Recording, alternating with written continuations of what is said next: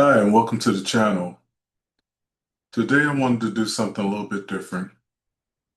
I wanted to go into why I wrote the book, Get Good at Money, A Beginner's Guide to Investing. And the reason why I wrote the book is because back when I was in college, um, I was trying to decide on a major, and I wound up taking a social studies class. And during this class, the professor uh, showed us a film. It was a segment on 2020.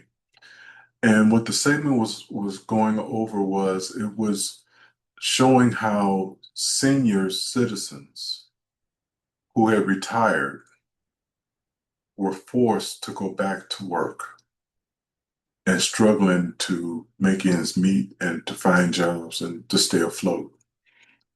And quite honestly, it scared me to death. Um, I vowed to myself that I would never, I don't want to be that. I don't want that to happen to me when I'm, retired. So I made up my mind at that point that I wanted to learn as much about money as I possibly could. So I decided to declare my major as economics. That's the closest I could get to learning about money and markets. So um, I got my degree in economics, and then out of college, I got a job with a local bank in Chicago, South Side Chicago, as a personal banker. And during my time there, I noticed how people would come into the bank and they would struggle with understanding how the bank worked as far as filling out a deposit slip or how to write a check. And all these different instances would come up.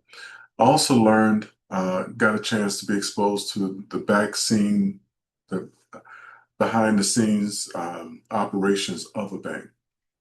And I remember one instance where we had a meeting with the branch manager, and the branch manager wanted to discuss with us or do a brainstorming session on how we could come up with some new fees to charge customers uh, to have another income stream for the bank. And so I observed all of this. I went on to work for a finance company where I learned how to read credit reports. I worked, auto finance, mortgage, and so forth, and how mortgages worked. I learned how cars are financed, um, and so I learned all these things, and I went on to work for some of the largest banks in the country, and I work for one now. But I've accumulated all of this information over the next 40 years. I learned how to learn about the stock market. And as I was starting out in my earlier years working at the bank, um, I learned about the stock market, but I got derailed because I got into a long-term relationship with someone and that relationship ended. But what came from that relationship was my son. And I decided to take my son, take full custody of him because I felt that only a man could really raise a man. A woman could raise a man. I don't get me wrong. I'm not saying that she can't, but it takes a man to raise a man. And so I got full custody of my son. So here I was, a single parent, raising my son, had to move in with my parents, and because then I lost my job and all that. But I say all these things because I know what it's like to be a single parent and to have to recover from losing a job and having to make ends meet. I know what it's like to go through a foreclosure because I went through that as well, where I lost a home to foreclosure. I know what it's like to try to recover financially from a divorce. I've been divorced before. And so I know what that's like. I'm not speaking from somebody that hasn't experienced it for himself. So what I have in this book is the strategy, well, if I can get it to focus, the strategy that you need to use to recover from those things, okay? Or to not have it affect you financially at all, if possible. Through all of that, I never filed bankruptcy. I had to restore my credit and all that, but I never filed bankruptcy. Never had to. So I've taught myself how to invest in the stock market for the past 3 years, and I've shown you on the previous episodes. Past 3 years, I average over 60% return. I have over a 200% return over the last 3 years, and with an average of 60%. And so I'm speaking from experience, life, not only professional experience, but also from life experience of what you have to do for yourselves to get to try to get ahead. And it all starts with something that's very, very simple. Pay yourself first. Pay yourself first. That is how you can get in position to do other things and to achieve financial freedom for yourself. Pay yourself first, put it away, don't touch it. It doesn't have to be a big chunk of money. It can be $50.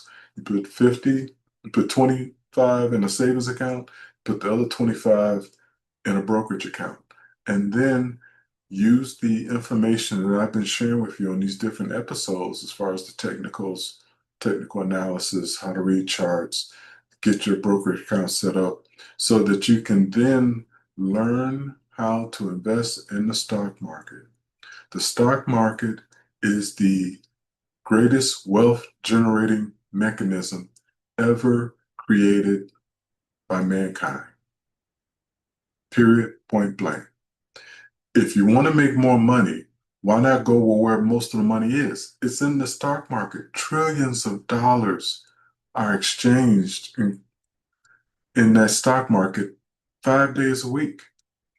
Why not participate in it? Do you know that less than 50% of Americans participate in the stock market? Even those that are offered 401ks at their job, they still don't participate in the stock market. And that, uh, and it's because one, they have fear. Okay, they have fear. They hear the headlines of the stock market crash, or they've heard about people that have lost money, this, that, and the other. And that can happen. I'm not going to sugarcoat and say that's impossible, but there are things that you can learn to minimize your risk of losing money. There are different things that you can learn um, and I will be going over that on these channels, on these different segments. But in order to take advantage of it, you have to participate in the stock market. You can outrun inflation. Inflation won't be an issue for you. If you get, for example, if I'm getting 6% return on my money, I'm not worried about inflation. If something comes up that I need a little extra money than outside of my paycheck, I can sell a share. Think about this. A company like, I don't know, uh, T-Mobile. You use T-Mobile, you pay them every month. Why not get something back by investing in their stock to get some of your money back that you pay to them every month and have the stock price increase or get a dividend? Same thing with Amazon. Everybody uses Amazon. Why not invest in Amazon and they don't pay a dividend, but the stock still has room to grow and you can get some of that money back that you spent on them. So these are the different things. GM, car you drive a General Motors car. You can invest in GM and get some of that money back from the car notes that you pay every month. There's ways for you to get money back and to offset the expenses that come up or you can put away for your retirement. Okay? But why not take advantage of the greatest wealth mechanism ever created by mankind? You can do it. You can learn. You don't have to have a master's degree or a college degree. Or for give you an example, I taught my son the basics of investing in the stock market. Okay. I took him to a class with me when he was 8 years old, and it was an options course. All right. And I'll never forget this. The instructor at the time took a break during the class and asked if that was my son that was standing next to me. I told him it was, and he commended me for bringing my 8-year-old son to that class. He was the only kid in the class. I couldn't get a babysitter, so I just dragged him with me and just took my chances that everything would be okay. And it was. But inside that class were a bunch of people, middle-aged people, gray hairs, you know, and he was the only kid there. But he was exposed to that environment. Okay. As he became a grown man, he pulled me to the side. He's like, Dad, what was that stock class when I was a kid you took me to? What was that? Could you kind of teach me what they were talking about? Because I knew at the time he wouldn't understand the concepts that were being presented, but it planted a seed in his head to let him know that there was more out there. So I taught him the basics. He then took the initiative to learn more on his own. He got into options. And now, at the age of 34, he is financially independent. Financially, he even teaches a class on options and has students and is a mentor for them. But at the age of 34, he is financially independent. Now, what did that do? What did that put in motion? That put in motion for my family, when he decides to have kids, my future generations, they will be in position for generational wealth because he's going to teach them not only what I taught him, but what he's learned on his own. And he will teach his kids and it will continue on. They will teach their kids. And so going forth, there will be generational wealth in my family down the line, long after I'm gone. And as I stated before in the previous segment, the other reason that I started this channel and the other reason why I wrote that book is for my future grandkids. They'll be able to hear directly from me of how to manage their money. This stuff is not taught in schools, folks. It's not. I looked at 39 states, only 39 states require students to take either a financial or economics class. Some states require them to take one or the other. Some states require them to take both. But in general, 39 states, only 39 states require students to take a financial course, money management course, economics course in their states. Okay. And I'm not sure exactly what the quality of that education is because I want to understand there's a huge demand for speakers to come out and talk to students about financial literacy because less than half of the people that were surveyed were able to answer a financial literacy question correctly.